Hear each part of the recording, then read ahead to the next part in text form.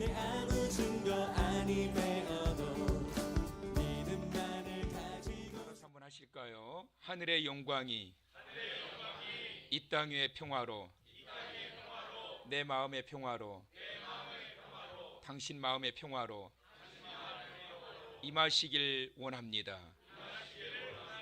시작. 내 마음에 임하시길 원합니다. 자, 잘하셨어요. 자, 이거를 옆에 분에게 이제 진종을 하십시다. 자, 시작. 하늘의 영광이 시작.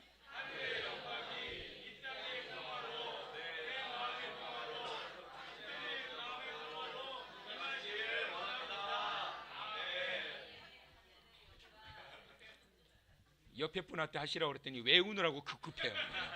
그 외우라고 그런 게 아니에요. 그냥 하늘의 영광 당신에게 평화 그러시면 되잖아요. 자, 옆에 분에게 시작. 오늘 이 아침 하늘의 큰 영광이 되었던 기쁨의 소식이 오늘 이 아침 저와 여러분의 마음 가운데 평화로 가득한 이 아침 되시기를 주님의 이름으로 축원합니다. 성탄을 통한 회복이라는 제목으로 오늘 이 아침 말씀을 받으려고 합니다. 오늘 우리가 누가복음 2장 1절에서 14절까지의 말씀을 봤는데요.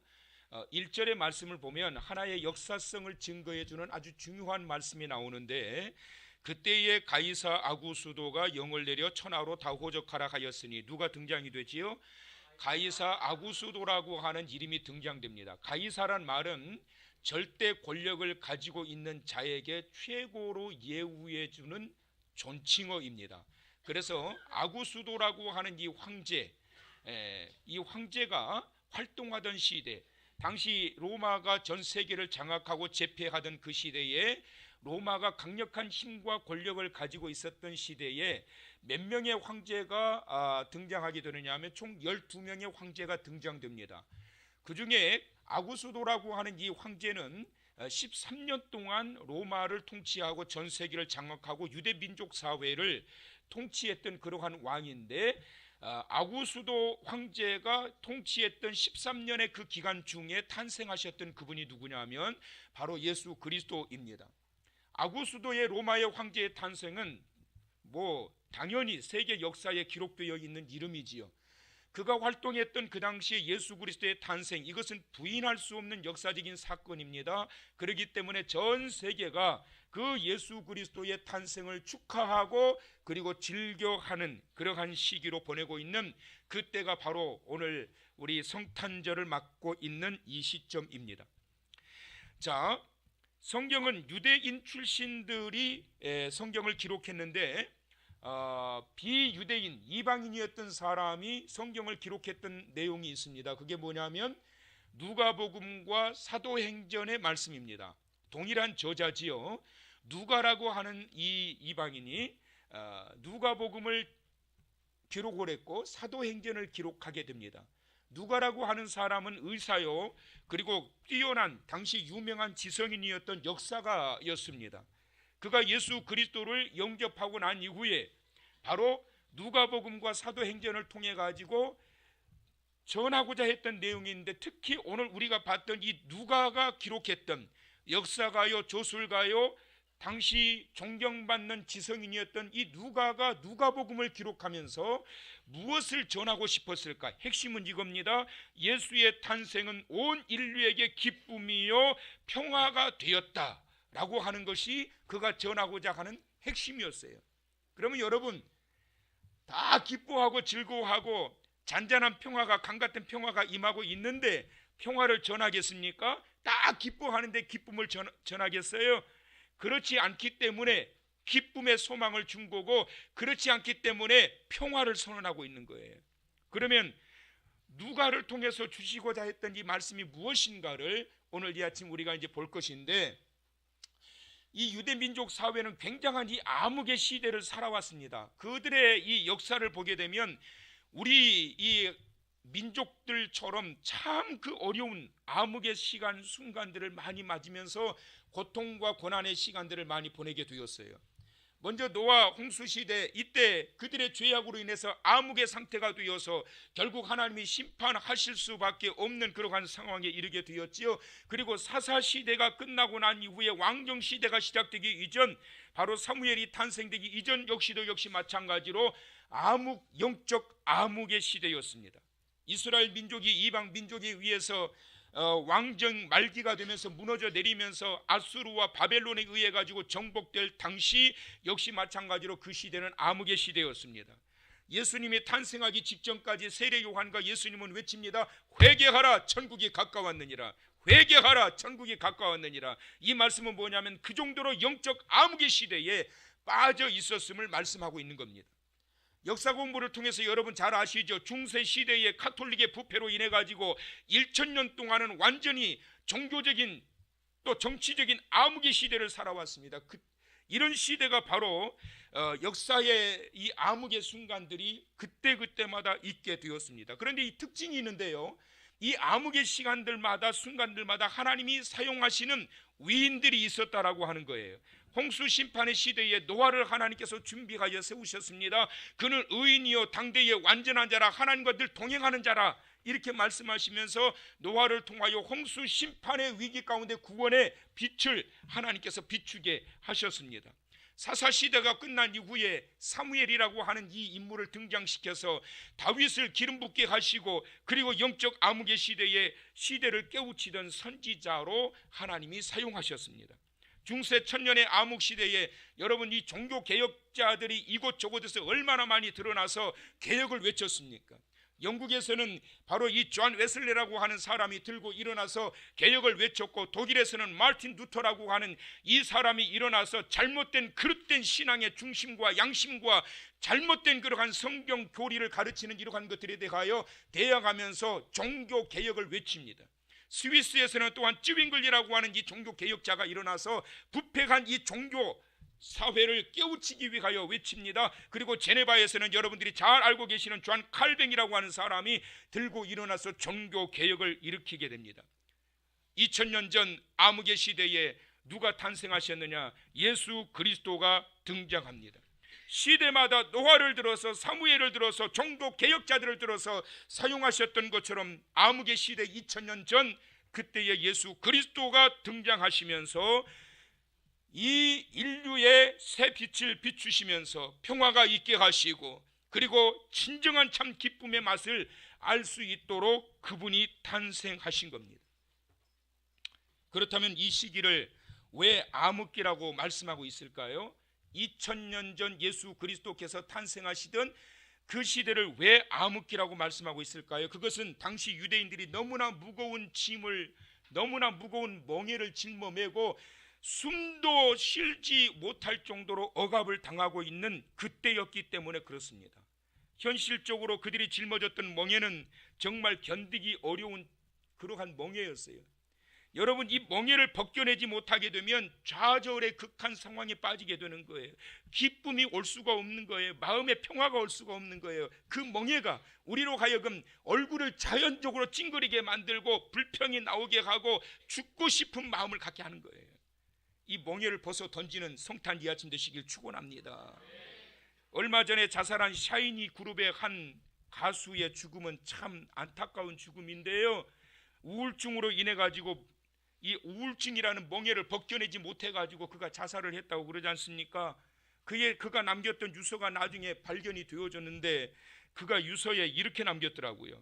난 속에서부터 고장이 났다. 천천히 날 갉아먹던 우울은 결국 날 집어삼켰고 난 그걸 이길 수 없었다. 조근한 목소리로 내 성격을 탓할 때 의사는 참 쉽다고 생각했다. 왜 이렇게까지 아픈지 신기한 노릇이다. 살아있는 사람 중에 나보다 힘든 사람 없고 나보다 약한 사람 없을 것이다. 그가 고백합니다. 난 그걸 이길 수 없었다. 우울이라고 하는 이 멍에가 자기 자신을 눌렀는데 이걸 이기지 못하고 결국은 이것을 생명을 끊어버리는 안타까운 상황에까지 이르게 된 겁니다. 우리를 짓누르는 멍에, 이 무거운 멍에를 벗겨내지 못하게 되면 그 멍에의 중압감은 사람을 고립시키고 깊은 절망의 상황에 내몰게 됩니다. 우리 주 예수 그리스도의 탄생은 바로 이와 같은 멍에를 벗겨버리고 영적인 자유함을 누려서 진정한 평화가 하늘로부터 내려오고 진정한 참 기쁨이 예수 그리스도를 통해서 이루어지도록 하기 위하여 2000년 전 영적 암흑의 그 시대에 탄생하신 줄 믿으시기를 바랍니다. 사랑하는 성도 여러분, 오늘 이 아침 성탄주일 이 아침에 이런 모든 죄의 멍에가 벗겨지길 축원합니다.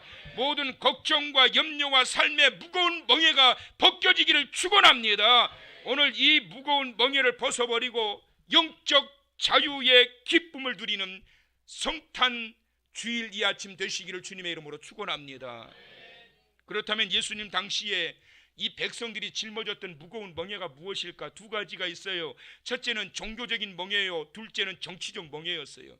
정치적인 멍에라고 하는 것은 노예 신분의 고통이었는데 이들은 얼마나 이 정치적인 멍에로 고통과 아픔과 절망의 상황에 내몰렸는지 몰라요. 여러분 볼까요? 역사를 거슬러 쭉 올라가다 보면 AD 70년에 로마의 장군이었던 타이투스가 예루살렘을 공격해가지고 예루살렘 성을 쑥대밭으로 만들어버려요. 그 이전 BC 63년경에 폼페이우스라고 하는 로마의 장군이 또 군대를 끌고 가가지고 이 예루살렘을 완전히 또 그 군합발로 짓밟아 버리게 됩니다. 그 이전에는 알렉산더라고 하는 인본주의가 등장되면서 신본주의자였던 이 유대 민족 사회를 얼마나 공격하고 얼마나 핍박했는지 모릅니다. 그 전에는 바로 또한 페르시아라고 하는 이 제국을 건설했던 그 제국에 의해 가지고 역시 여전히 그들의 소나기의 유대 민족 사회가 놓여져 있었고, 그 전에는 또한 바벨론이라고 하는 587년에 느부갓네살 이 왕에 의해 가지고 예루살렘은 정복되어지게 됩니다. 정치적인 멍에, 이런 모든 멍에가 그들로 하여금 얼마나 고통과 아픔을 겪게 했는지 모릅니다. 강대국의 식민 정치, 이것이 바로 이 유대 민족 사회를 올가매기 시작했어요. 여러분, 이 강대국의 식민지 정치에 뚜렷하게 나타나는 그러한 현상들이 있는데 그들에게 뭐가 있느냐면 향락과 사치 문화. 로마가 망하게 된 이유가 여러분 한 5가지 되거든요. 로마가 망하게 된 이유를 추정을 해봤는데 한 5가지로 역사학자들이 정리를 했어요. 근데 그 중에 한 가지가 뭐냐면 그들의 타락한 문화와 사치 행각이었어요. 그런데 여러분, 2장의 말씀, 우리 2장 1절부터 이렇게 봤잖아요. 2장 1절의 말씀을 보시면 재미있는 내용이 나옵니다. 다시 한번 읽어보실래요? 자, 시작. 그때에 가이사 아구스도가 영을 내려 천하로 뭘 하라고? 호적하라고 명을 내렸어요. 왜 유대 민족 사회에 호적을 하라고 명령을 내렸을까요? 이것은 각 모든 집집마다 몇 명이고 수입이 얼마고 정확하게 계산해서 보고하라는 거거든요. 왜 그랬을까요? 그것은 이유는 딱 한 가지예요. 세금 더 많이 거두려고. 이 로마 정부가 유대 민족 사회를 더 억제해 가지고 그들을 노예화 삼으면서 월급도 제대로 주지 않고 강제 부여까지 시키는 것도 모자라서 더 뺏어내려고, 더 뜯어내려고, 세금을 더 거두려고 호적하라고 명을 내린 거예요. 왜 그랬을까요? 왜 그렇게 세금이 더 필요했을까요? 사치와 향락에 더 사용하기 위해서였습니다. 바로 이와 같은 이 틈바구니 안에서 이 유대 민족 사회는 얼마나 고통과 좌절의 그 시기를 맞게 되었는지 모릅니다. 또 하나, 그들은 유대 민족 사회를 올가맸던 멍에가 있는데요. 그 멍에가 뭐냐면 종교적인 멍에예요. 이때는 하나님을 섬기는 야훼 신앙이 변질되던 시대, 율법주의라고 하는 괴상망측한 종교법을 만들어 놓고 이것을 지키도록 강요합니다. 지키지 않으면 무지막지하게 학대를 하고 처벌을 하면서 굉장히 무서운 종교로 탈바꿈시켜버립니다. 율법주의로 전락한 종교적 멍에는 모든 백성들을 죄악의 멍에에 매이게 하였고 덜덜덜 떨게 만들어버렸습니다. 여러분, 종교가 뭡니까? 종교라고 하는 것은 선과 평화를 추구하는 세상의 길잡이요, 구원을 선물하는 최고의 가치관인 거예요. 그런데 하나님을 잘 믿는 사람들이라고 자청하는 사람들이 죄 지은 사람들을 현장에서 돌로 쳐 죽이기 시작합니다. 아무런 죄도 없는 예수님을 갖다가 십자가에 달려 처형시켜버리게 됩니다. 침을 뱉고 때리고 얼마나 무지막지한 그러한 일들을 자행했는지 모릅니다. 이것이 바로 종교적인 멍에를 씌워가지고 공격을 했던 거예요. 지금도 지구촌에는 얼마나 이 종교적인 멍에를 가지고 사람들을 고통의 현장으로 내몰고 있는 줄 아십니까? 예루살렘에 기독교 교회가 그래도 꽤 있는데 말이에요. 지금 비상이 걸렸습니다. 미국의 대통령이 예루살렘을 이스라엘 수도로 지칭하면서부터 이제는 아주 심각한 그러한 이 혼돈의 상황에 빠지고 있는 거예요. 그래서 그들이 예배를 드리는데 이스라엘의 가장 큰 교회가 동굴교회인데 어마어마하게 커요. 근데 썰렁하게 예배 드린대. 왜요? 테러가 무서워가지고. 오늘날 이슬람교 단체는 종교의 몽해를 둘러 씌워가지고 얼마나 포악한 잔인한 일들을 자행하고 있는지 모릅니다. 종교적으로 너무 악해져서 살아갈 길이 없고 정치적으로도 너무 악해져서 숨조차 쉴 수 없는 그때, 바로 그때가 아구스도 황제가 통치했던 그 시대였고, 그때에 예수 그리스도가 탄생되었는데 그 시대에 탄생되었기 때문에 이것을 뭐라고 말씀하고 있느냐? 따라서 하세요. 기쁨의 소식. 왜 하늘에서는 영광이요 이 땅에는 평화라고 하셨느냐? 이런 상황에서 유대 민족 사회가 마음이 편하겠습니까, 여러분? 이런 멍해 가운데 씌워져 살고 있는 정치적인 멍해와 이런 종교적 멍해에 안에서는 이 유대 민족 사회에서 종교적 멍해를 씌워버렸고, 밖에서는 로마 민족이 정치적인 멍해를 씌워가지고 정말 숨조차 살기 어려운 이 시대에 메시아가 탄생하셨다라고 하는 이 사실은, 이것은 정말 하늘의 큰 기쁨이 소식이요 큰 위로요. 할렐루야. 그렇지 않겠습니까, 여러분? 그들이 이때까지 가장 기다려왔던 것이 뭐냐면, 미가서에 예언되어 있는 선지자들이 예언했던 그 메시아가 오시게 되면 우리는 진정한 회방을 맞게 된다. 이것을 그들이 유일하게 믿고 기다려왔는데, 그런데 문제는 정작 메시아가 탄생이 됐는데 그들이 환영하지 않았더라. 왜 그랬을까, 여러분? 마태복음에 보니까 예수께서 탄생하셨다고 하니까 예루살렘이 듣고 소동한지라 그랬어요. 난리가 난 거예요. 유대 민족 사회에 왕이 나타났다. 얼마나 기쁜 소식이에요, 여러분. 그렇잖아요. 유대 민족 사회에 왕이 나타났다 그러면 어떻게 생각할 수 있겠어요? 대단한 어떠한 이 장군과 제왕의 모습을 한 사람이 군대를 이끌고 와서 저 로마를 한 방에 무찔러 버리고 우리 유대 민족 사회를 통일시킬 거고 독립하게 할 것이다 라고 하는 이 기대가 그들에게 있었는데, 웬걸 빈곤한 목동들을 통해서 알려지게 되고 빈곤한 숙소에서 태어나게 되고 베들레헴 마구간에서 태어나셨고, 목수의 아들, 그것도 이제 갓 태어난 아기, 이 아기가 언제 자라가지고 언제 우리 민족을 통일시킨단 말이냐? 언제 우리 민족을 독립시킨단 말이냐? 언제 자라고 언제까지 기다리라는 것이냐? 그들은 기대에 가득 찼다가 기쁨의 소식이 들려왔지만 그들은 곧 실망에 빠지면서 실망의 자리로 떨어지고 맙니다. 우리가 기다려왔던 예수, 우리가 바랐던 그 메시아는 지금 그 메시아가 아니라 지금 그 예수가 아니라는 거예요. 정말 우리들이 필요했던 것은 지금 당장 모든 문제를 해결해 줄 수 있는 권력을 가지고 힘을 가지고 우리 앞에 지금 당장 나설 수 있는 그러한 메시아여야 한다라고 하는 것이 그들의 생각이었다라고 하는 겁니다. 그런데 여러분, 예수님이 그들의 부패한 이 당시 사람들의 요구에 응하지 않으셨다라고 하는 거예요. 어쩌면 그 시대 사람들과 오늘날의 우리들의 모습이 그렇게 닮았는지 모릅니다. 자, 볼까요? 첫째, 육체적 만족을 채우려고 원했지만 예수님은 그들에게 육체적 만족을 채워주지 않으셨습니다. 하나님의 은혜는 채움에서 오는 것보다 비움에서 시작된다. 시작. 하나님의 은혜는 채움에서 오기보다 비움을 통하여 찾아오게 되는 것이다. 믿으시면 아멘. 사람들이 언제 더 예수를 잘 믿고 열심히 살 것 같습니까, 여러분? 배가 고프고 삶이 고달플 때 주여 주여 주여 아버지 그러면서 하나님을 찾게 되고 하나님을 향해서 외쳐 부르짖게 되는 거예요. 배가 고플 때, 삶이 고달프고 힘들 때, 그때 예수님을 찾게 되는 거예요. 우리나라도 배고프고 가난할 때 예수를 더 잘 믿었습니다. 아래층에다 모셔다 드리세요. 보리떡 5개와 물고기 2마리로 5,000명을 먹이실 수 있는 전능하신 분이 당시 백성의 굶주림의 문제를 해결할 수 없었겠습니까? 믿음이라고 하는 것은 육체의 만족을 체험으로 생겨나는 것이 아니라 오히려 육체적 만족이 채워질수록 사람들은 딴 생각을 하게 되는 거예요. 여러분.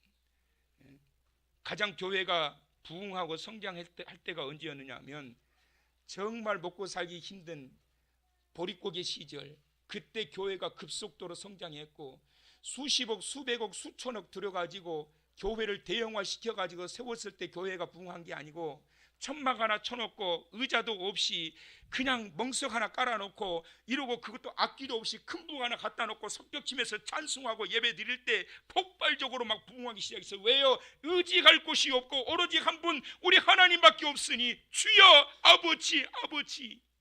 그 신앙이 그 육체적인 만족이 채워지 않는 공핍함과 공허함이 있을 때 그때 하나님을 더 믿게 됐어요. 여러분, 예수님이 오시는 그때에 이 백성들도 똑같이 육체적 만족을 채우기를 원했어요. 보리떡 5개, 물고기 2마리 가지고 5,000명을 먹이고 나자 육체적 만족이 채워졌습니다. 그러니까 이분을 우리 유대 왕으로 세우자. 왕으로. 왜요? 육체적 만족을 채울 수 있거든. 한 번에 5,000명을 먹이고도 남겨버리는데 육체적 만족을 채워줄 수 있는 메시아를 원했지만 예수님은 그들의 요구에 응하지 않으셨어요. 여러분. 두 번째로 종교적 인기를 생각하지 않으셨습니다. 보여주기식 사역을 거부하셨다는 거예요. 성전 꼭대기에서 뛰어내려도 머리털 하나 상하지 않으실 능력이 우리 예수 그리스도께 있습니다. 그러나 그런 신비적 사건을 날마다 보여주면서 사람들로 하여금 나를 믿으라 그렇게 하지 않으셨어요. 이대로만 하신다면 대중들에게 인기를 많이 얻으셨겠지요. 가는 곳곳마다 계속 매일 하는 일들마다 죽은 자 살려버리고 병든 자들 다 고쳐버리고 그러면 얼마나 인기가 많았겠어요. 보여주기식 사역을 거부하셨던 예수 그리스도. 그런데 당시 사회는 자꾸만 보여주기를 원합니다. 자꾸만 보여주기를 원했어요. 요즘에도 목회자들이 받는 가장 많은 유혹 가운데 하나가 안타깝게도 이 종교적 인기예요. 종교적 인기를 얻으려고 무언가를 보여주려고 해요. 보여주려고 무리하게 교회를 건축합니다. 그러다가 경매로 넘어가 버리고 보여주려고 이런저런 온갖 이벤트를 하다가 그러다 신앙의 중심이 무너져 버리고 이것이 교회인지 아니면 세상 그냥 사람들의 그냥 교제 집단인지 구분이 가지 않을 정도로 교회의 성스러움과 거룩성이 사라져 버리게 되는 그러한 지경에 빠지게 되니까 믿지 않는 자들조차도 공격을 하게 되고 교회가 기독교가 개독교라고 공격을 당하는 그러한 사역의 처지에 처하게 되어버리게 된 거지요. 종교적 인기를 생각하게 되면 진정한 복음은 변질될 수밖에 없는 거예요. 세 번째로 예수님은 권력의 파워를 사용하지 않으셨습니다. 힘으로 치자면 하늘의 권세를 가지신 그분이 천사를 부려서 단번에 로마의 군인들을 제압할 수 있으셨어요. 마귀의 세력들도 말씀으로 단번에 굴복시키십니다. 성난 파도도 말씀 한마디로 잔잔하게 하셨던 그분이 뭘 못하시겠어요. 예수님은 로마 정부쯤이야 단번에 굴복시키고 유대 사회를 해방시킬 수 있었겠지만 예수님의 구원의 방법은 힘을 동원한 강제력을 행사하지 않으셨다라고 하는 것입니다. 예수님께서 오실 때 일반 백성들은 바로 예수님의 이와 같은 모습들을 요구했습니다. 육체적 만족을 채워주기를 갈망했어요. 보여주기를 갈망했어요. 권력의 파워를 가지고 로마를 정복하고 자신들을 당장 해방시켜주기를 갈망했어요. 그런데 여러분, 이 땅에 2000년 전에 오신 예수님은 그 부패한 그 당시 영적 암흑의 상태에 빠져있던 그릇된 이 사고 방식에 호응하지 않으셨습니다. 우리는 가끔 신앙생활 하다가 신앙의 회의에 빠질 때가 있어요. 열심히 예수를 믿다가 회의에 빠질 때가 있어요. 열심히 헌신하고 충성하고 봉사하다가 회의에 빠질 때가 있어요. 왜 그럴까요? 여러분, 열심히 기도도 하고 신앙생활도 하고 열심히 믿다가 왜 회의에 빠질까요? 그것은 모든 것이 내 마음과 내 뜻대로 되어지지 않을 때예요. 근데 여러분 뒤집어 볼까요? 내가 원하는 대로 내 마음과 내 뜻대로 되어지면 예수 잘 믿을 것 같으세요? 육체적인 만족이 원하는 대로 팍팍 채워지고, 그리고 막 보여지고 깨지고 부서지고 막 바셔지고, 어쩔 때는 가끔 제가 그런 생각할 때도 있어요. 하나님 좀 보여주셨으면 좋겠어. 응? 이번에 불나가지고 제천에 그 난리가 나는데, 불나가지고 그게 막 불이 타가지고 그 직전에 우리 하나님께서 그냥 강한 바람을 훅 불어가지고 꺼버리면서 내가 했다, 이제 너희들 다 나 믿어 알았냐? 그러면 안 믿을까요? 김정은이가 핵무기를 가지고 까불어요. 발사체를 누르려고 그래요. 누르려고 하는 그 손가락 하나를 갖다가 그냥 갑자기 마비시켜버려 하나님이. 왜 안 터지지? 김정은이한테 이야기하는 거예요. 하나님께서 강하신 음성으로, 정은아, 너 까불려. 너 지금 손가락 하나 마비됐지만 너 그러다가 손가락 5개 마비돼. 내가 멈춘 거야. 나 믿을래 안 믿을래? 하긴 믿겠습니다. 그럴 거 아니겠냐고. 안 그러겠어요? 간단하잖아요. 보여주면 다 믿을 것 같지요. 그러니까 여러분, 예수님 시대에 죽은 자를 살리셨고 병든 자를 살리셨고 38년 동안 고통당했던 그 환자들도 살렸고, 이런 많은 기적들을 안 보여주신 게 아니라 보여주셨는데 치료받았던 자들조차도 예수님을 향하여 돌을 던집니다. 여러분, 보여지기 식으로 해가지고 체험을 가지고 여러분 우리의 믿음이 채워지는 게 아니에요. 2000년 전 이 땅에 오신 예수 그리스도는 이 땅의 사람들의 육체적 본능과 욕구를 채워주시기 위해 오신 분이 아니며, 그분은 하나님 아버지의 뜻하신 구원을 이루시기 위하여 오신 메시아임을 믿으시기 바랍니다. 어쩌면 그 시대의 사람들의 모습과 오늘날 이 시대의 사람들의 모습이 어쩌면 이렇게 닮았는지 모르겠어요. 전 참 그분들한테 너무 죄송한데요, 꼭 해야 되겠어요. 어디 가서 이러지는 마세요. 하고 싶어요. 성탄절 특수를 맞이해 가지고 인천공항에 수많은 사람들이 월요일까지 연휴잖아요. 짐 싸들고 골프채 들고 놀러 가는 거예요. 비행기가 못 떴어. 오늘 아침까지도 비행기가 못 떴대요. 그 보도를 보면서 누구한테 나는 표현은 못하고 속으로만 잘 됐다 그랬습니다. 어디 가서 이러지 않기로 했어요.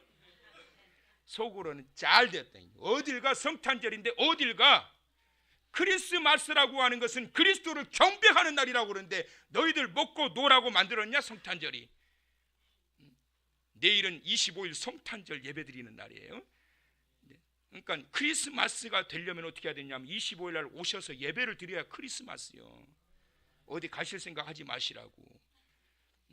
신앙의 회의는 내 마음과 내 뜻대로 되어지지 않을 때이지만, 진정한 구원의 능력은 내 마음과 내 원대로 되어지지 않지만, 영적인 암흑의 시대에 2000년 전 예수 그리스도께서 오심으로 말미암아 억압당하였던 그들에게 진정한 영적 회방을 주시고, 그를 통하여 그 예수 그리스도를 통하여 구원의 새빛이 임하게 했던 것, 이것이 바로 진정한 그리스도의 의미이고, 그 크리스마스를 통하여 오늘 이 아침 하나님 앞에 예배드리고 있음을 우리는 감사하면서 그 구원의 감격 속에 하나님을 찬양하는 자가 되어야 할 줄을 믿습니다.